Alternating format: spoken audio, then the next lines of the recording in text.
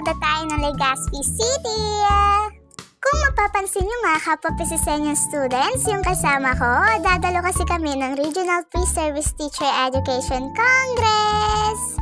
Di na nga kami mahihirapang mag-commute dahil nag-arkila naman ng bus yung aming school. Kaso lang mga kasisi, hindi ako sanay, kaya uminom na lang ako nitong Bonamin. At dahil sa maulan na rin, nag-suspend na nga ng classes, Mayor. Buti na lang talaga at hindi pa umuulan nung pumunta kami. First time ko nga lang makapunta dito sa Albay Astrodome, kaya excited na rin ako makita kung ano yung nasa loob. At nung papasok na nga ako, eto nga yung bumungad sa akin. Napakaraming taong mga kasisi at napakalaki din itong Albay Astrodome. At bago nga sila magsimula ay may palibre silang concert. Uy, sana all!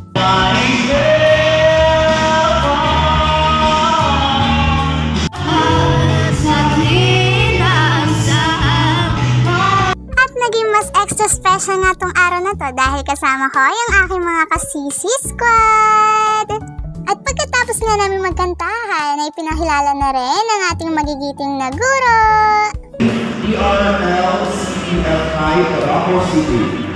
At pagkatapos nga ng pagpapakilala ay nagparinigan na nga rin ng mga galing sa iba-ibang paaralan.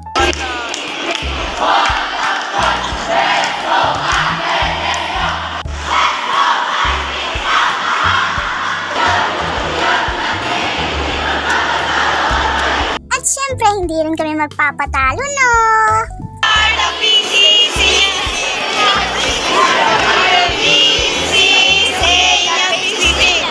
Hay, naku, Jane. Mangangopi ka na nga lang. Magpapahalata ka pa.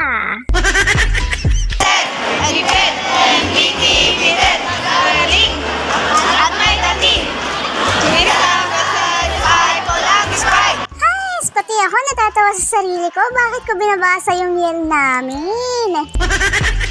Di na bale nga, at least nag-participate ako, no? At pagkatapos ko nga magpanggap ay nagsimula na nga rin yung aming lecture. I share with you today will ignite further the motivation for you not to quit until graduation day. At habang nakikinig na ako ay nakita ko nga tong katabi ko na kumakain, kaya nakikain na rin ako, syempre. Sino bang aayaw sa libre, no? At pagkatapos nga namin maging good listener ay kumain na nga rin kami. At syempre bago kumain, picture muna. Makdo yan eh. At ngayong araw nga rin ay espesyal na kaarawan ng aming kaibigan. Happy birthday, Mary Angela!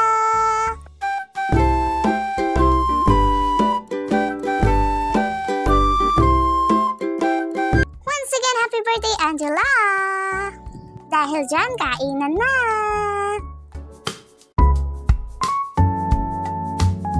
At after lunch nga, ay nagsimula na rin ang competition. Hindi nga kami nakasali dito mga kasisi, pero napakaganda naman ang aming nasaksihan.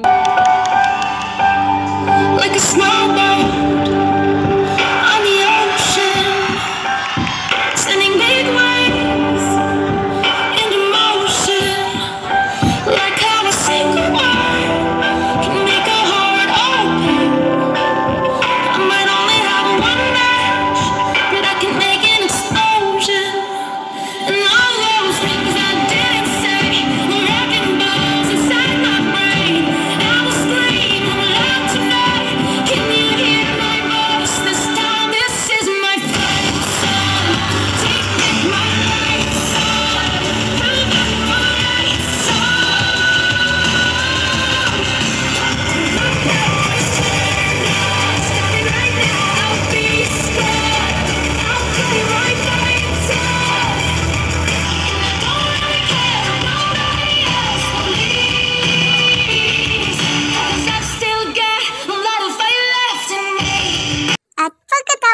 Interpretative dance ay sabayang pagbigkas naman.